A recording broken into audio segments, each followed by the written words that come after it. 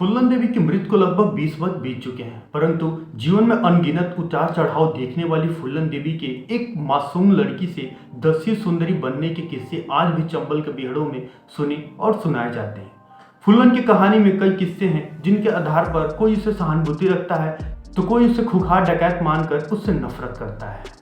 10 अगस्त 1963 को उत्तर प्रदेश के छोटे से गांव गुरहा में जन्मे फुल्लन का परिवार बहुत गरीब था। उसके पिता मेहनत मजदूरी कर जैसे तैसे घर चला रहे थे। फुल्लन के परिवार के पास केवल 1 एकड़ जमीन थी, जिससे पूरे परिवार का गुजारा भी बहुत मुश्किल से हो पाता था। इस जमीन को लेकर भी उनके पिता तथा उनके भाई के बीच झगड़ा होता रहता था। उनकी जमीन पर उगे एक नीम के पेड़ को बचाने के लिए वह अपने परिवार से लड़ पड़ी थी। फुल्लन की शादी महज 11 वर्ष की उम्र में एक बूढ़े आदमी पुट्टीलाल से हो गई और शादी के बाद ही उसे यौन शोषण का शिकार होना पड़ा। इसके बाद वो वापस घर भागकर आ गई और अपने पिता के साथ मजदूरी में हाथ बटाने लगी। जब फुल्लन 15 वर्ष की थी तब उसके गांव के ठाकुरों ने उसके साथ गैंग रेप किया। पूरे गांव के सामने उसे निर्वस्त्र कर प्रताड़ित किया गया।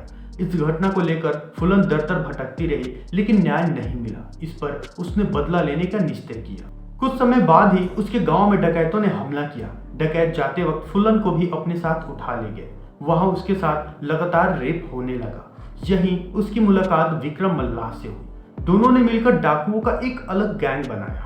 खुद का गैंग बनाने के बाद फुल्लन ने अपने गैंग रेप का बदला लेने के लिए गांव पर छापा मारा और 1981 में गांव के ही 22 सवर्ण जाति के लोगों को एक लाइन में खड़ा कर गोलियों से छलनी कर दिया।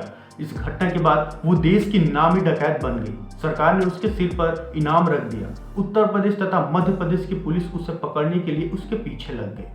वर्ष 1983 में फुल्लन ने तत्कालीन प्रधानमंत्री इंदिरा गांधी के अपील पर पुलिस के सामने सरेंडर कर दिया। उस वक्त उसका साथी विक्रम मल्लाह भी मारा जा चुका था और दूसरी गैंग्स के मुकाबले उसका गिरोह कमजोर हो गया था। हालांकि उसने सरेंडर करते समय कुछ शर्तें रखी जिन्हें सरकार ने मान लिया। इसमें पहली शर्त यह थी कि उसे या उसके साथियों को मृत्युदंड नहीं मिलेगा। साथ ही उसे या उसके किसी भी साथी को 8 वर्ष से अधिक की कैद नहीं दी जाएगी। हालांकि फुल्लन को 11 वर्ष तक बिना मुकदमे के ही जेल में रहना पड़ा।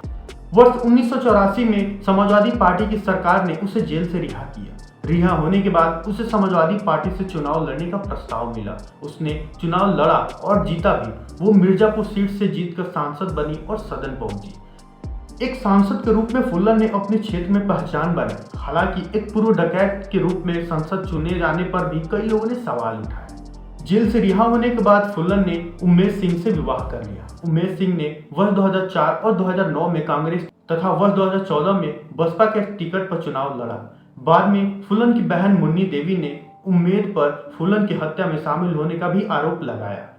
वर्ष 2001 में दिल्ली में फुल्लन देवी के घर पर ही उसकी हत्या कर दी गई।